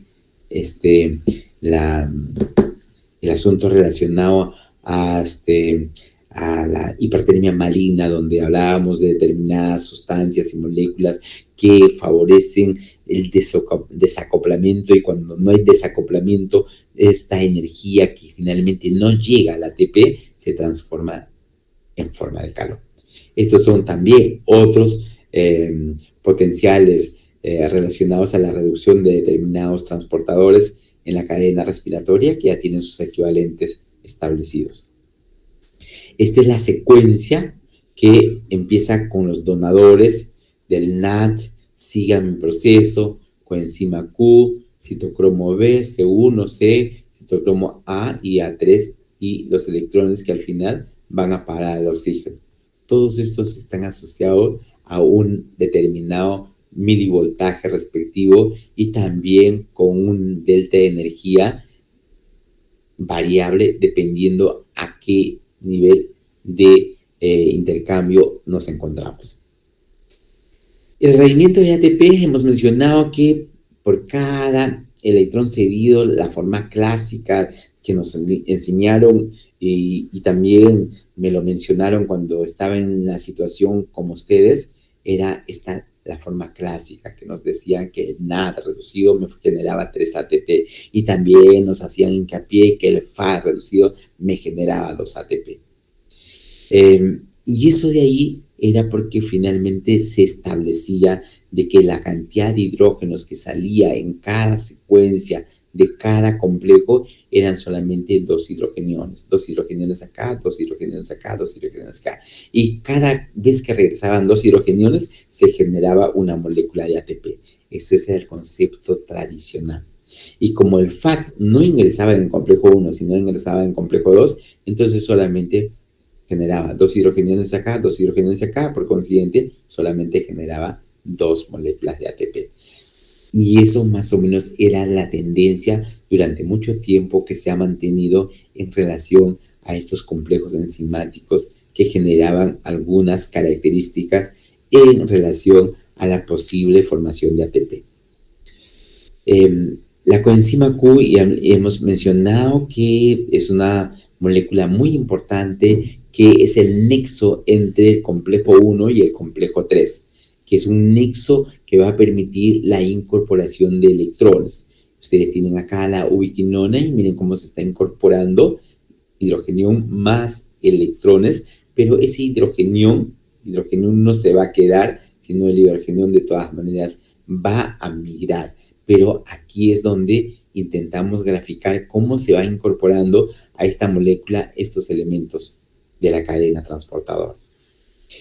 Y les decía que los citocromos son moléculas que están asociadas a un fierro central unido a 4 anillos pirólicos, que son los tetrapiroles, y que resulta siendo muy importante porque esto también me asemeja mucho a la forma como está constituido la hemoglobina.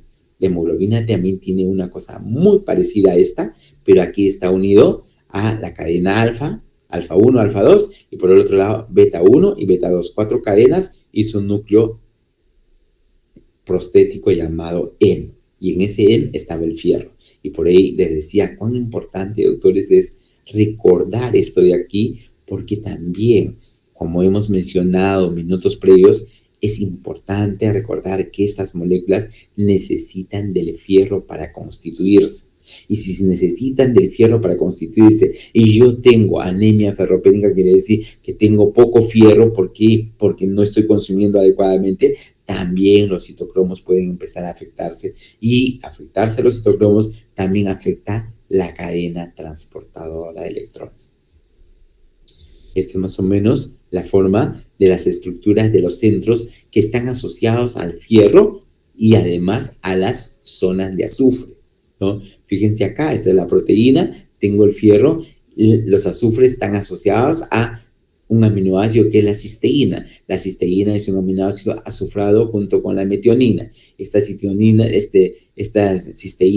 hace nexos de conexión, enlaces covalentes ¿con quién? Con el fierro.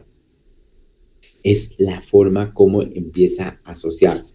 Voy a tener otras estructuras que también participa el fierro y también participan las moléculas azufradas de los aminoácidos como la cisteína, pero también aparecen azufres individualizados que están haciendo conexión con el fierro. Y en otras circunstancias yo voy a tener otro grupo de moléculas donde el fierro también está asociado a varios elementos férricos, pero unidos también a compuestos azufrados, que pueden ser azufres individuales o son los elementos azufrados de las moléculas de cisteína dentro de la estructura de una proteína X. Y esto va a ocurrir en el complejo 4, donde también existe el cobre dentro de la estructura de esa molécula.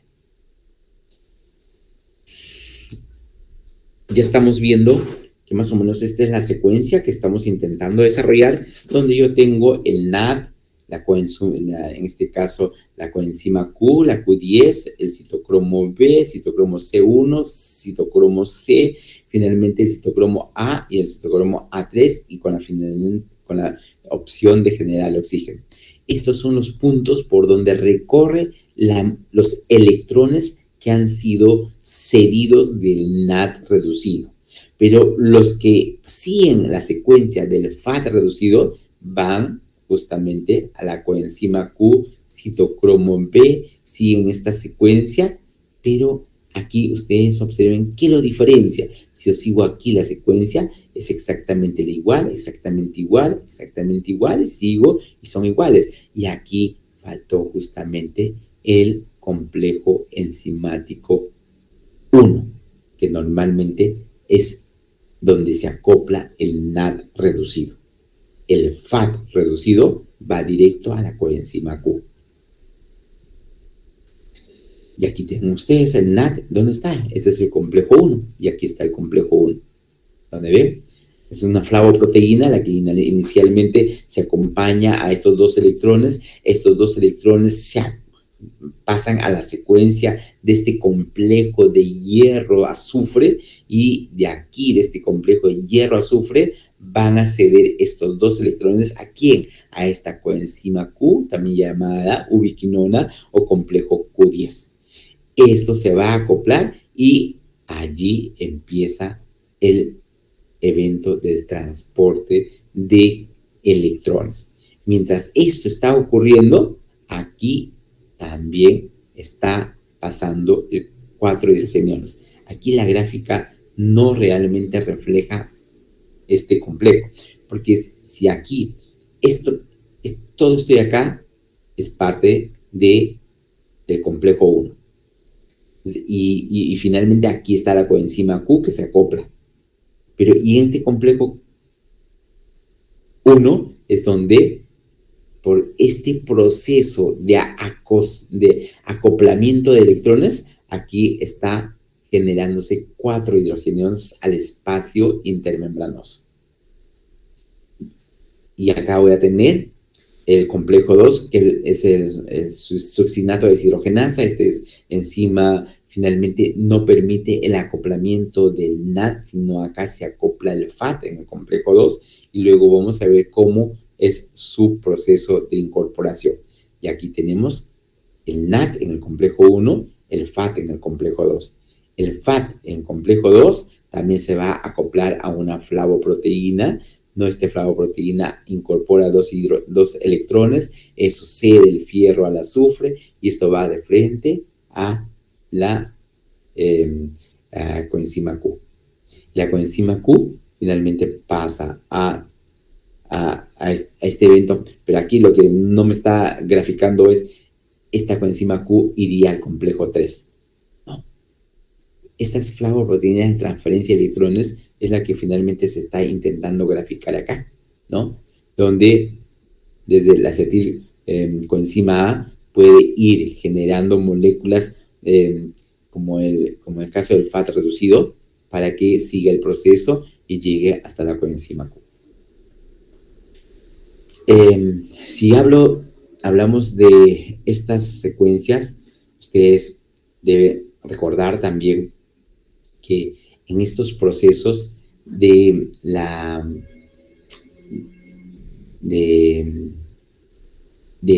glicólisis, ustedes recuerden en la glicólisis, ¿qué se formaba en la glicólisis?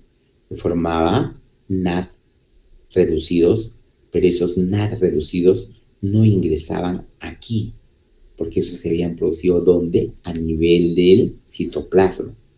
Esos NAD reducidos no generan la misma cantidad de ATP que se forma en la matriz, porque esos NAD reducidos no tienen capacidad para ingresar dentro de la membrana interna. Entonces, para eso van a utilizar al recurso del FAT para generar su descarga de hidrogeniones y tener una reducción distinta en la producción de ATP, a pesar que originariamente han sido NAD.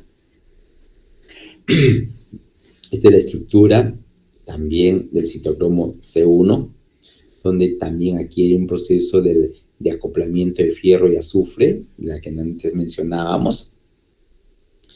En el complejo 3, estos citocromos también tienen estos núcleos M asociados a los núcleos pirrólicos del citocromo C1, B1, y donde hay este proceso de acoplar a los electrones para luego pasarlo al complejo 4, y es ahí donde se va a formar la molécula de agua.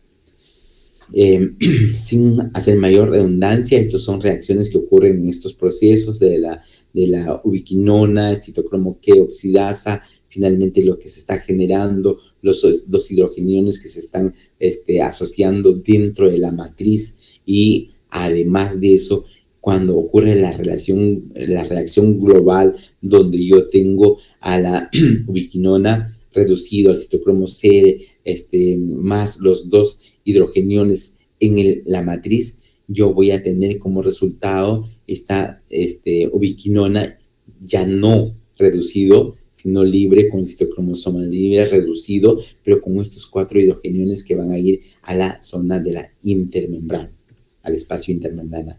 Más o menos intento graficar, o se intenta graficar en este esquema el complejo 1,2. Acá la ubiquinona que ha recepcionado los hidrogeniones que van a salir. Acá habían inicialmente 2, sale 1, sale el otro, ya tengo dos que están saliendo. Esto es más o menos ya la ubiquinona que está sin los hidrogeniones, regresa, hizo un circuito donde nuevamente retoma hidrogeniones, recapta hidrogeniones y nuevamente pasa y se vuelve en un circuito donde permite la salida al espacio intermembranal, pero captando ¿de dónde? De la matriz los hidrogeniones. Capta los hidrogeniones de la matriz y nuevamente los lleva al espacio intermembranal y sigue una secuencia en esta cadena de transportador de electrones. Acá se sigue transportando electrones se sigue transportando, pero además de eso está permitiendo la salida de hidrogeniones. Esto es lo que lo hemos graficado en el esquema anterior, donde está permitiendo el paso de hidrogeniones hacia el espacio intermembranal. Y para eso está participando la ubiquinona en su situación oxidada y luego en su situación reducida. El esquema es muy semejante aquí, ¿no? Donde está graficando la zona de la matriz y esta es la zona intermembranal. El complejo 4, que es el que transporta electrones del citocromo hacia el oxígeno molecular y va a formar agua. Esos electrones transportados siguen un camino en la reacción global.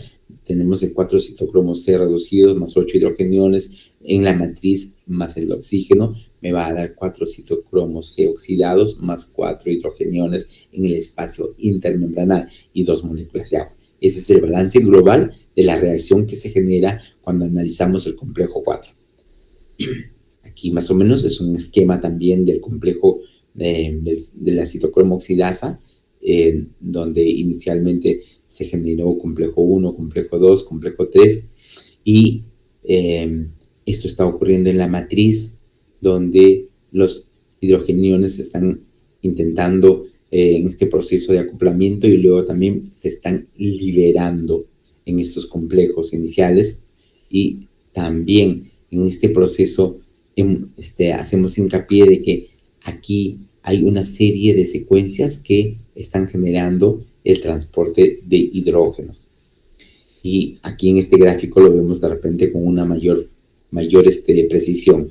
El citocromo C, cuando el fierro está en su situación más 2, pasa a una situación más 3, del estado ferroso pasó a estado férrico.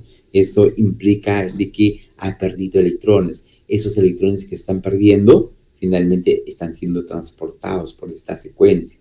Se transporta por esta secuencia en diferentes niveles, pero todo eso de ahí va a ser recepcionado por el oxígeno, ¿no?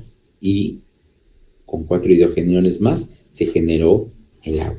Es el espacio intermembranal y la matriz. La fosforilación oxidativa es justamente el proceso en el que la energía libre liberada por los electrones que se han transferido en la cadena transportadora de electrones va a permitir el acoplamiento y la formación de ATP. Esa es la última parte cuando hablamos de fosforilación oxidativa. Quiere decir que la molécula ADP en presencia del fósforo inorgánica se va a acoplar ese fósforo y a ese proceso se le va a llamar fosforilación oxidativa, porque el proceso que se ha dado es en términos de ese tipo. Esto estamos intentando reproducir lo mismo, el NAT, complejo 1, 2, 3, 4, y es en este último proceso donde se está generando la formación de agua. Aquí hay liberación de energía libre a lo largo de la cadena transportadora de electrones, y eso es también la que va a permitir desarrollar que este acoplamiento de ADP en presencia de fósforo inorgánico sea viable. Aquí vamos viendo el potencial de reducción en esta energía producida en la cadena transportadora de electrones. Tengo el oxígeno atómico, más los hidrogeniones, más los electrones, y tengo la molécula de agua. Este es su grado de potencial de reducción. Aquí tengo el NAD oxidado en presencia del hidrogenión más los dos electrones y formación del NAD reducido, me está dando valores negativos. Y cuando necesitamos visualizar toda esta secuencia, yo observo aquí el delta de energía libre. Cuando ya hago todo un balance final, está en una situación positiva. Esta parte es inviable si no hay una fuente de energía que me permita desarrollar esta secuencia. Esta es la teoría quimiosmótica que habla sobre la translocación de protones en la mitocondria, donde dice que se transporta un total de 10 protones por cada par de electrones correspondiente a una molécula de NAD. Se necesita un total de 4 protones para la síntesis de ATP, 3 para la reacción, la síntesis de ATP, 3 para la reacción de ATP-ASA, 1 para el transporte de fosfato inorgánico. Y es lo que finalmente, cuando se hace el balance, se llega a esa posibilidad. Esto es la matriz y todos los elementos que participan en ella, el espacio intermembrana. Acá es donde decíamos que se acumula gran cantidad de protones. Esta gran cantidad de protones van a generar acá justamente la gradiente electroquímica, donde vamos a encontrar una alta concentración de protones. Esa alta concentración de protones va a servir ¿para qué? Para generar un influjo sobre esta enzima que es la ATP sintasa.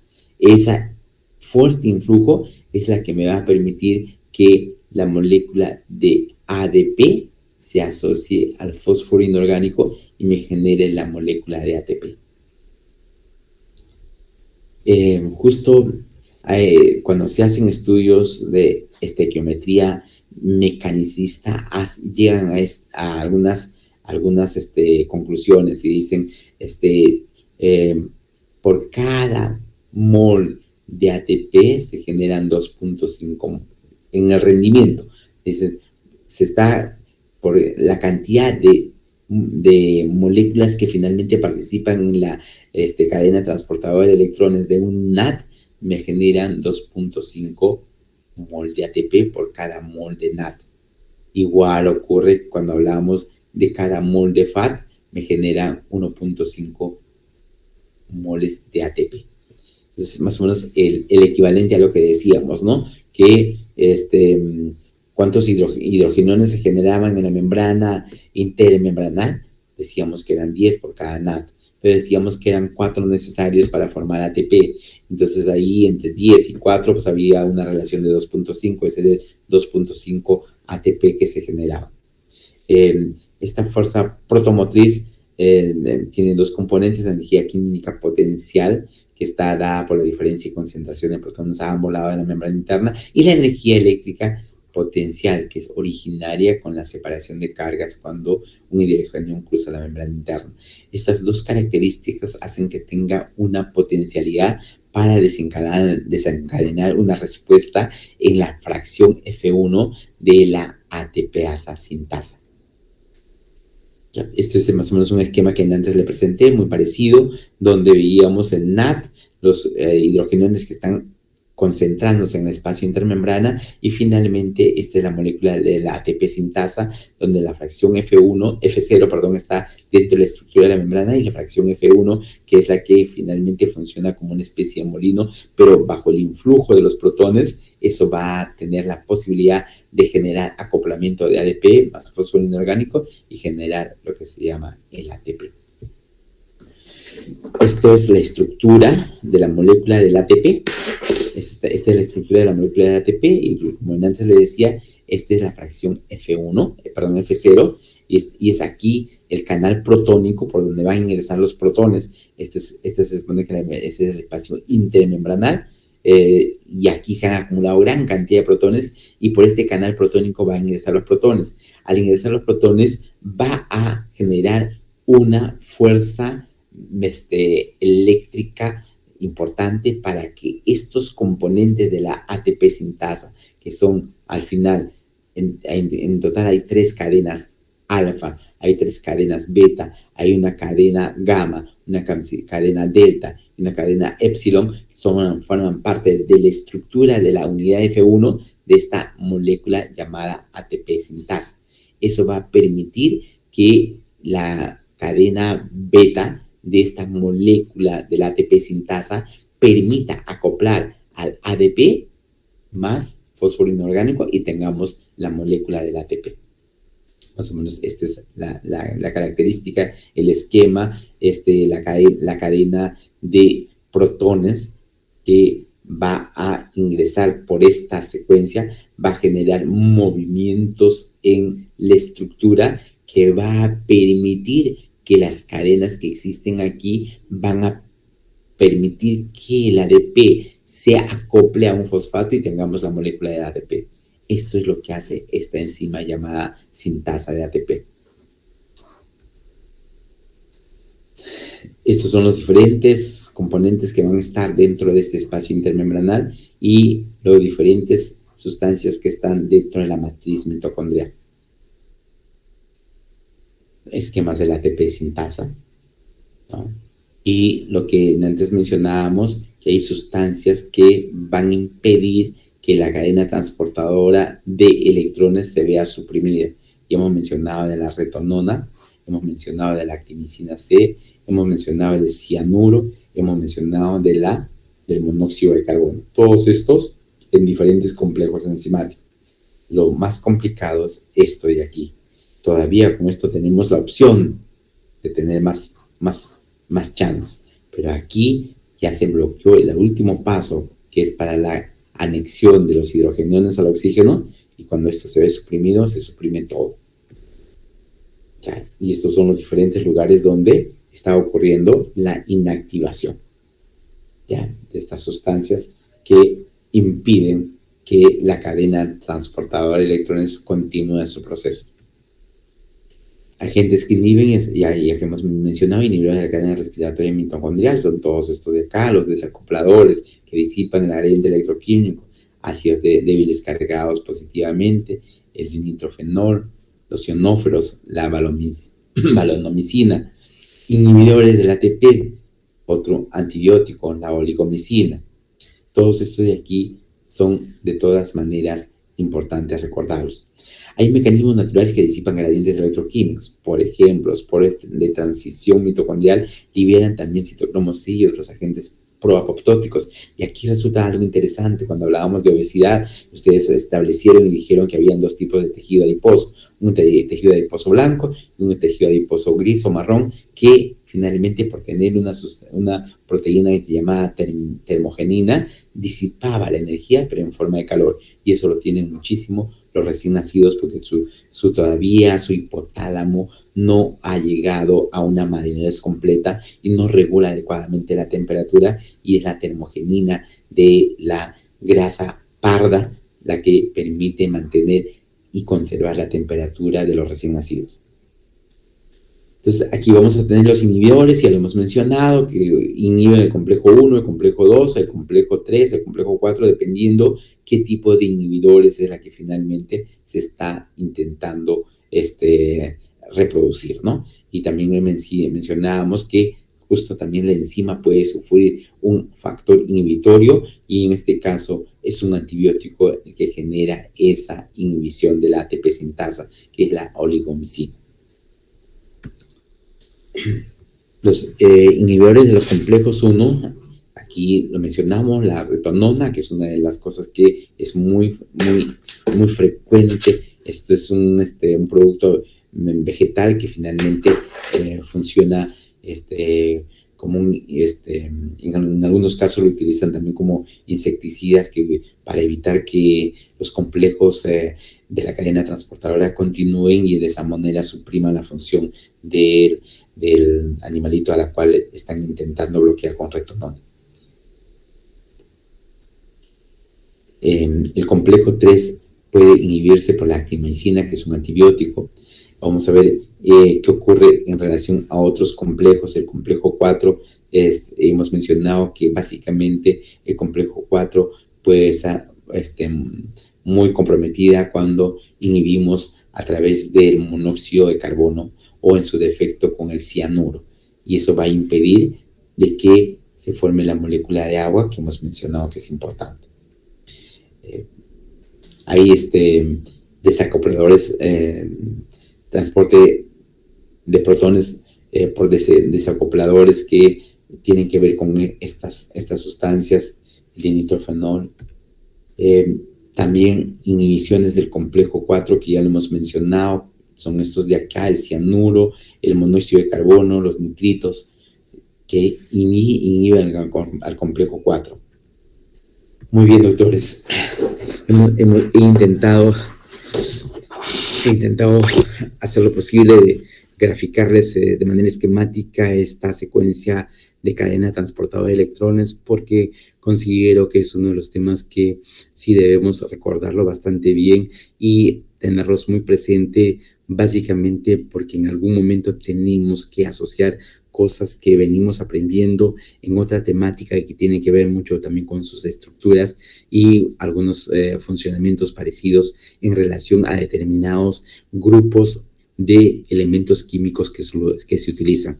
Bien, doctores, si ustedes tienen alguna pregunta en estos minutos finales, hemos programado esta actividad hasta las 10 de la noche, estamos a escasos minutos de las 10 y tampoco no voy a abusar de su tiempo y voy a hacer lo posible que los otros acápites que vamos a desarrollar el día de mañana sean más consolidados y tengan la posibilidad de abreviar el tiempo para que ustedes tengan la opción de revisar los temas que están pendientes.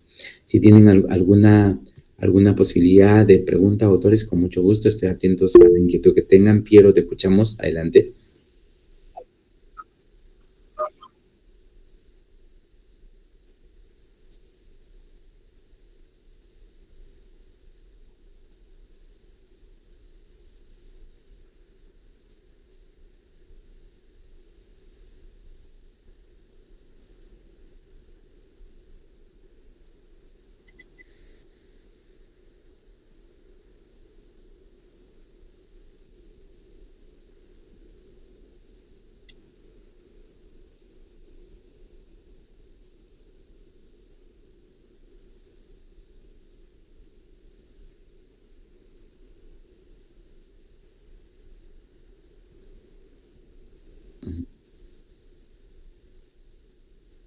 Sí.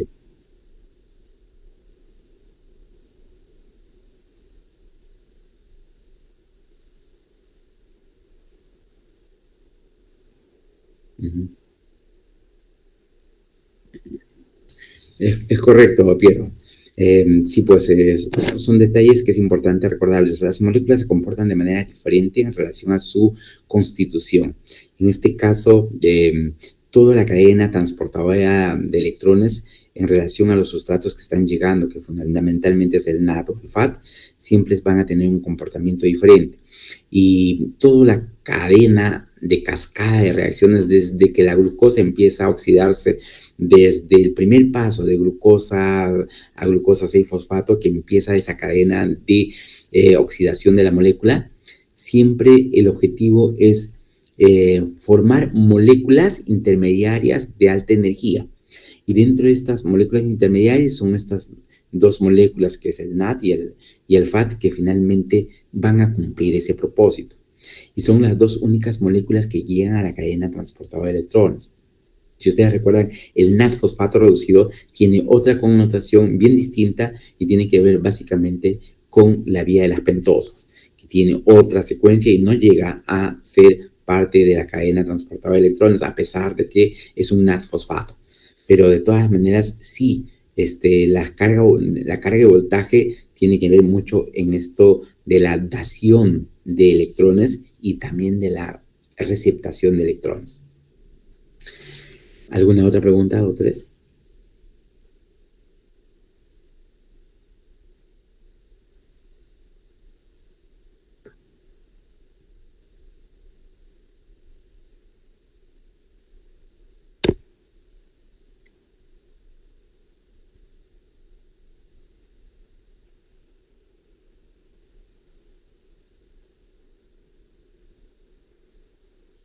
Sí. Ya, sí. Cuando hablamos de energía libre de Gibbs, siempre es un detalle que es importante correlacionarlos a lo que nosotros intentamos graficar y decir. Por ejemplo, cuando este solamente es un proceso donde hay electrones que pasan de molécula a molécula, ¿ya? O sea, no me está cambiando la estructura de la molécula, sino lo que está generando es un evento transitorio, y por ahí viene el detalle, transitorio de conformación por aceptación, en este caso, de solamente electrones. Y por eso que se habla de cadena transportadora de electrones. Son electrones las que finalmente se están acoplando. Este proceso de acoplamiento inicial se ve afectado cuando no se puede desacoplar. Y por eso que antes les hablaba de un evento de hipertermia maligna por ese proceso, que no se desacopla. Y no se desacopla, ¿por qué? Porque hay un fármaco que interfiere en ese proceso. Y cuando hablamos de energía libre de Gibbs, la energía libre de Gibbs siempre nos debe recordar un detalle. Es para yo entender de que las reacciones están ocurriendo a favor de una secuencia, tomando en cuenta qué cosa, tomando en cuenta si esto de acá me va a generar gasto o consumo de energía. Y si ustedes se han percatado en esta secuencia, de complejo 1, complejo 2, a complejo 3, a complejo 4, pregunto, ¿en alguna parte de todo ese proceso hemos mencionado, ¿se ha consumido o no se ha consumido ATP? Porque si es que no se ha consumido ATP, entonces el proceso, de todas maneras, que inició en otros eventos previos, finalmente me está generando un evento exorgónico para que genere ATP. Esas son reacciones exorgónicas, porque el producto final es el ATP.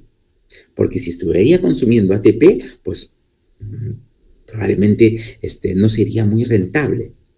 Pero sí se generó consumo de ATP, por supuesto. En la glicólisis se generó ATP, se consumió ATP en la glicólisis. Y si nosotros vemos esa etapa inicial de la glicólisis, donde se generó ATP para que las reacciones subsiguientes se sigan dando, es lo que finalmente, cuando hacemos un balance final, el balance final es negativo.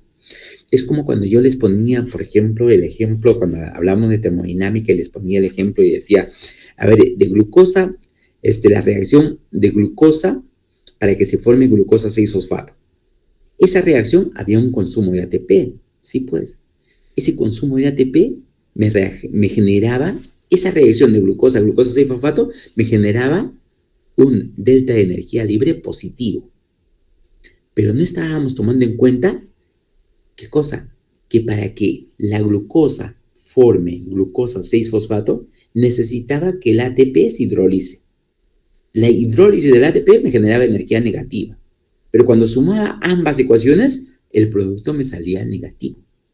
Y eso es lo que genera lo que se llama reacción exorgónica final, ¿no? La reacción exorgónica final sigue siendo negativa. Y por eso que el proceso es espontáneo.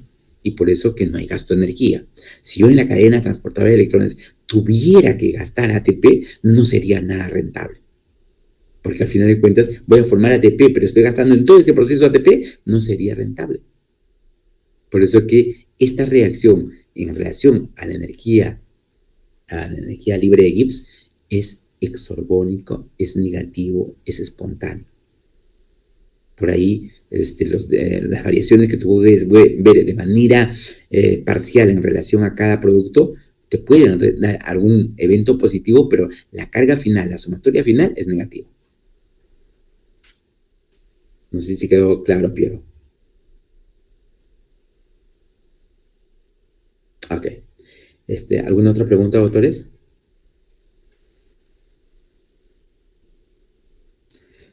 Muy bien, doctores. Hemos llegado a las 10:02 y yo les espero mañana igual a las 8 de la noche para proseguir con esta secuencia de clases programadas y ustedes tengan toda la recuperación completa de los temas, las temas que no se llegaron a desarrollar.